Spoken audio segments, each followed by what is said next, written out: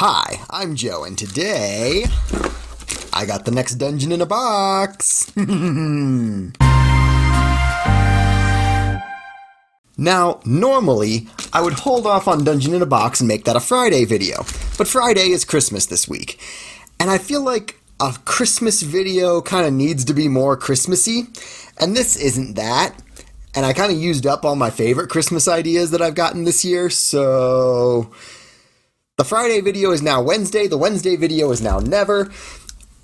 Big shame, too. It was going to be an extravaganza. I had to cancel the dancing girls. They've already been sent home. Anyway, Dungeon in a Box time. Now, this one's the midpoint, so I kind of expect it to be that, you know when you're reading a story and somewhere around the middle it has like a pseudo-climax to kind of keep the action going through the middle bit? It's kind of what I'm hoping this turns out to be, but let's find out. Race to the Sunken Star. Alrighty, I see a mermaid riding a seahorse. Neat. Alright, what do we got here? There is, oh, that is an open container. Ooh, that is a mermaid riding a manta ray. That is rad. Okay, I don't know how well you can see that, but that is super neat. I am digging that mini. What else we got in here? That is a Cthulhu statue. Okay. Okay, if anyone has ever read The Call of Cthulhu, that was... The Complete H.P. Lovecraft was my October reading for this year, and my October reading for this year kind of carried over into being my October, November, and first week of December reading for this year. That is absolutely the statue of a material unknown on this world, on the square pedestal, crouched with its hands before it, and its face a mass of tentacles. That is a Cthulhu statue, if ever I done seen one. Interesting mini. Okay, that was a mermaid druid. They just didn't glue the container shut. About my minis. They've sent a message. You may have noticed one of your Dungeon in a Box minis is not one of our exclusive minis. Delays in the supply chain. We will still be sending you your missing minis in a later box. In the meantime, please enjoy the free extra minis we're providing in your box, which are also pretty cool. Okay, so I guess the Cthulhu one wasn't exactly what they were going to send along, but that's fine. So, what have we got here? These are all the stickers to go on the ship. Sea Spa or Arcanium. Shell of the Fallen Star. That is ominous that we may only find the shell. Let's find out. Woohoo, the skinny minis. It's all fish and jazz. Alright. Lots of cool, horrifying fish monsters. Alright, skinny mini bases. The bases, as you can see, are substantially less interesting than the minis themselves. Fascinating. Alright, we got our write-ups on our two options in the campaign. Ooh, this looks neat. We got our maps. Alright, looks like a single double-sided map this time. Bam! What do we got? Okay, seashells and stuff. It's like the undersea floor. And this side looks much more like a dungeon crawl. So that should be neat. And then we've got the cardboard bits. In need of some assembly, but that's always a real fun part for me. I don't know why I like assembling things so much. Like, even putting together a bookshelf, it's like grown-up Legos for me. I don't know why. I'm kind of weird. Anyway, that's everything that's in the box. I am going to take the rule book. I'm going to read through this thing, let you guys know what I think. I will see you after the break.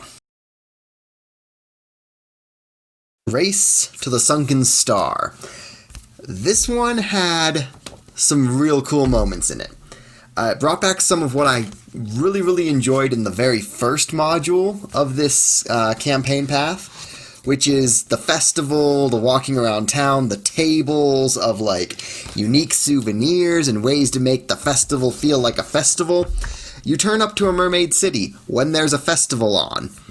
And from there, I don't want to give away too much, but this is definitely an escalation of the plot up to this point. It definitely feels like the midway point. You get what you've always wanted, and now there's a complication. And the tone and the theming of this is really fun, because a lot of the tone you're getting is the undersea, but it's like this ritual cultic undersea stuff that very much feels like some of the best of Lovecraft.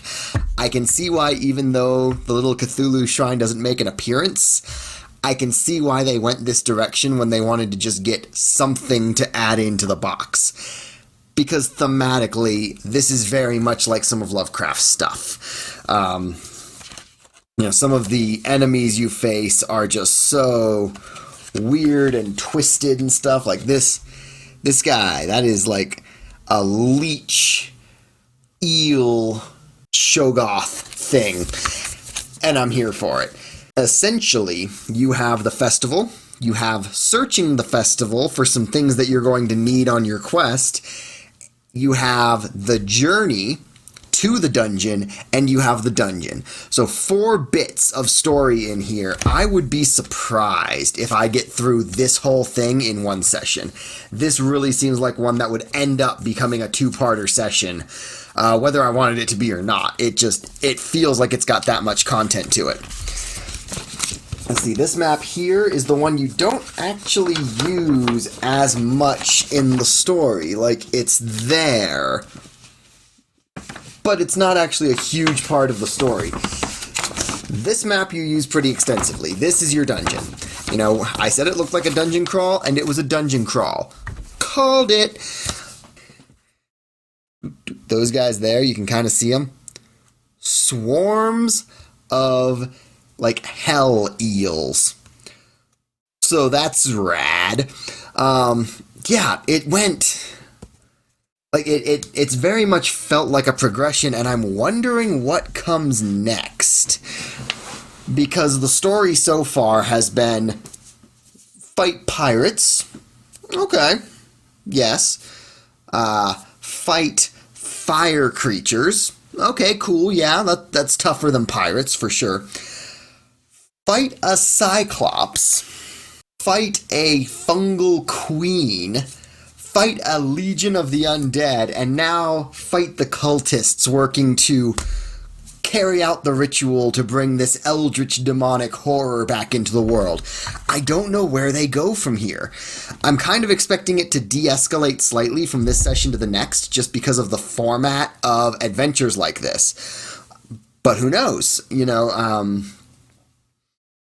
Story-wise, if this were a novelization, I would expect this to be the point where everything de-escalates slightly, and there's a breather, and then the story progresses. Tabletop role-playing game, I kind of feel like there's this constant ramp. You don't really get lulls in the story, at least not by design, nearly as much as you would in other forms of media. But we'll see what comes next. I am really into what they're doing now. They sent some real cool minis with this, and yeah, this is a good one. So, hope you liked the review.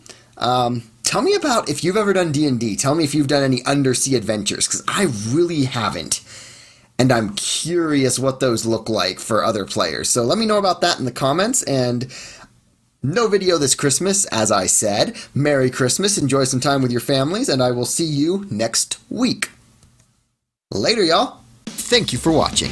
Please share the video with a friend or several friends, and let me know in the comments if there's anything you'd like to see me draw in a future video. Later, y'all.